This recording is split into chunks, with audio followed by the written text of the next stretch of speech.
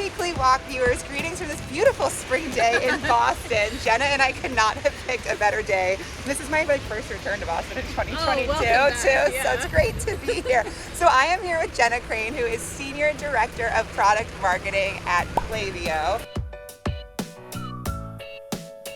I think the last Weekly Walk I did at Klaviyo was Jake Cohen, and you guys were in a different office. We actually did it in the Klaviyo office because I think it was raining too, so that must be... I didn't know that was an option. Yeah, I know. So that's okay, but we're in the rain. Everyone gets to see downtown Boston. We're gonna go this way. I'm gonna try to remember where I am in Boston. So first question for you. There is a lot of talk in product-led growth about product leaders and product teams. There's a lot of talk about sales and where does that come in, and PLG and what those teams should look like. There's some talk about marketing, but not as much as the other functions. So I'd love to hear from you. In your opinion, where does marketing fit in to a PLG organization, or how should it fit in to be most effective in building a business? Yeah, definitely. So with PLG, I typically think of there are three core components. Yes. There's getting the right customers in with the right expectations. Yep. Then there's making sure that they have a great experience once they get in. And ideally they see value really quickly. Yeah. And then, of course, expanding, upselling those customers. So marketing can help with all three of those. Yeah.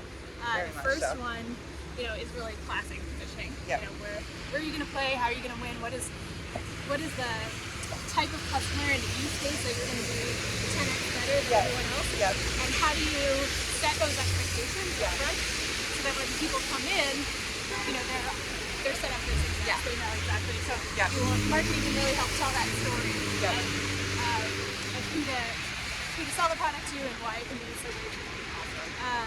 And then the second piece, that I've seen marketing teams work really well with product teams to really make sure that the roadmap reinforces that positioning, right? So the products that they're building help deliver on those expectations, and ideally, they can see value really quickly. So partnering with the product team on creating a really great onboarding experience, for example. Of course, product launches that help tell that story.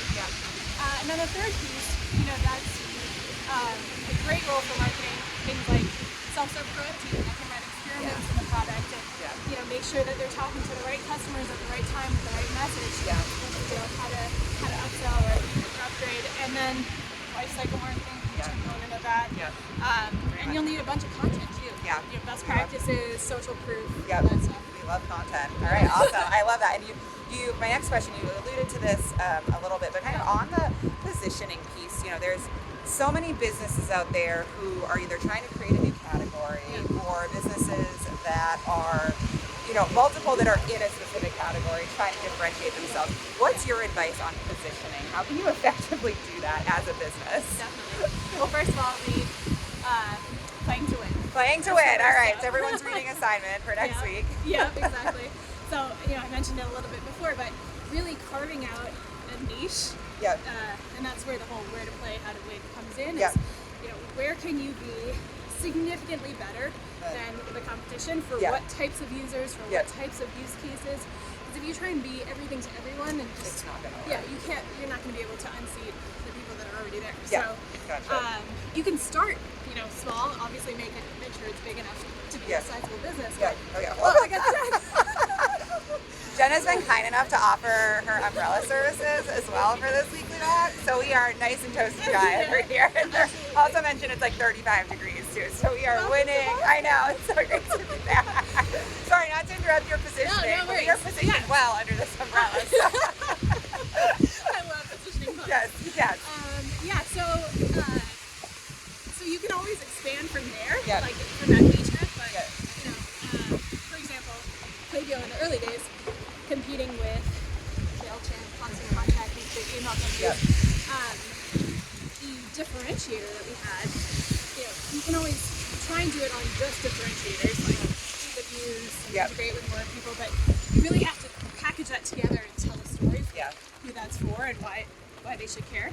So for Klaviyo, it was we had a built-in customer database, and we realized that really matters for, especially for e-commerce companies that have so much data on their customers that they need to turn into really relevant and personalized email. So we became kind of the no-brainer email platform for e-commerce. And then, we've expanded a lot since then. That's awesome. We'll link that book that she mentioned in the comments. My last question for you, as we're in this lovely Boston spring, what are you most looking forward to about Boston summers? Or what's your favorite Boston summer? What is your favorite part about Boston summers? Oh my God, Boston summer sounds so good right now. Yes. Do you have a favorite thing, favorite food, or just like otherwise the great weather? Yeah, I mean, it's so hard to pick, but it's classic Boston summers. Sitting somewhere on the water in the sun with like a lobster roll. Yes, I was just gonna say this girl is speaking my language. That is what I am most excited for. Yeah. So we've made a full circle. We're back in front of the Klaviyo office. So weekly walkers, thanks for joining us. Jenna, thanks for strolling with me in the rain. We'll see y'all soon. Bye guys.